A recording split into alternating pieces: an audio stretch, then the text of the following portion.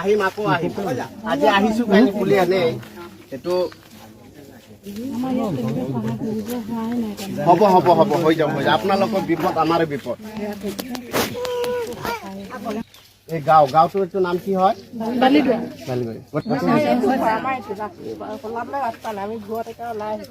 কোনো মানে ঘৰত কিমান পানী হৈছে এতিয়া ওলাই আছে ন কেইদিন পানী আছিল আপোনালোকে ইয়াতে গৰু ছাগলী সব তো আমি আহিছো আপনাৰ সেই সৰ্বভাৰতীয় জমিয়ত উলামা হিন্দৰ সভাপতি মৌলানা সৈয়দ আৰশাদ মাদানী সাহেব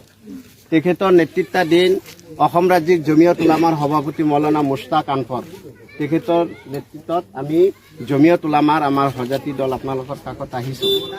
হয়তো আজি আপোনালোকৰ ইয়াতে আমি বিশেষ কিবা হয়তো লৈ আহিছো তেনে নহয় কেৱল মাত্ৰ আপোনালোকৰ এইখানি যিখানি যি বিপদ আপোনালোকে পৰিছে এতিয়া আপোনালোকৰ সেই বিপদৰ কাষত থিয় দিয়াটো সেইটো জমিয়ত উলামাৰ এটা ধৰ্ম হয় আমাৰ দায়িত্ব হয় মানুহক যেতিয়া সহায় কৰিবা তেতিয়া ধৰ্মৰ উদ্ধত গৈ সহায় কৰিব লাগে আৰু এই কথাটো আছে যেতিয়া মানুহে জমিনলাৰ ওপৰত ৰহম কৰে দয়া কৰে ওপৰলা তেওঁলোকৰ ওপৰত দয়া কৰে সেইকাৰণে সেই আপোনালোকৰ আজি কাষত আহিছো এখানি যেটো পৰিবেশ চালো বৰ দুখ লগা পৰিবেশ যেটো আপোনালোকৰ ঘৰত পানী গৈছে আপোনালোকৰ গৰু ছাগলী মৰিছে মানুহ মৰিছে ইমানখিনি কষ্টত আপোনালোকে যে আছে আমি এই কথাখিনি এই দৃশ্যখিনি চাই আমি বৰ অন্তৰত আমি বহুতই দুখ পাইছো আৰু সেইকাৰণে আজি আমি আপোনালোকৰ কাষত আহিছো আমি যিমানখিনি পাৰো আমি আপোনালোকক সহায় কৰিবলৈ চেষ্টা কৰিম ইনশাআল্লাহ আৰু আমাৰ ৰাজ্যিক জমিয়ত উলামাৰ সভাপতি মৌলানা আনফৰ সাহেবে ইতিমধ্যে তেখেতে আপোনাৰ শিৱসাগৰতে হওক যোৰহাট বিভিন্ন ঠাইতে মানে আমাৰ বিষয়ববীয়াসকলে মানে এনেকুৱা সহায় কৰি আছে আমি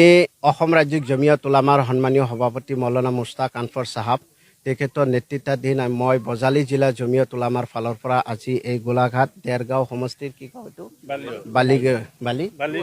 বালিগোৱা ইয়াতে উপস্থিত হৈছোঁ আজি যেটো মই আহি ইয়াতে অৱস্থা চাইছোঁ বৰ দুখ লগা অৱস্থা মানুহৰ ঘৰত যাব পৰা নাই এনেকুৱা খোৱা খাদ্য তেওঁলোকৰ সমগ্ৰ সামগ্ৰী বস্তুখিনি সব শেষ হৈ গৈছে এই মুহূৰ্তত আমাৰ অসম ৰাজ্যিক জমিয়ত উলামাৰ সভাপতি মৌলানা আনফৰ সাহেবে আমাক নিৰ্দেশ দিছে এইখানি বস্তুখিনি হয়তো চাব লাগে সাৰ্ভে কৰিব দিছে গতিকে এইখানি আজি মই আহিছোঁ আৰু পৰৱৰ্তী অচিৰে ইনশাআল্লাহ আমি তেওঁলোকৰ কাৰণে খাদ্য সামগ্ৰী যি আমি পাৰো এখানি তেওঁলোকৰ কাৰণে সহায় কৰাৰ কাৰণে আমি চেষ্টা কৰিম এখানি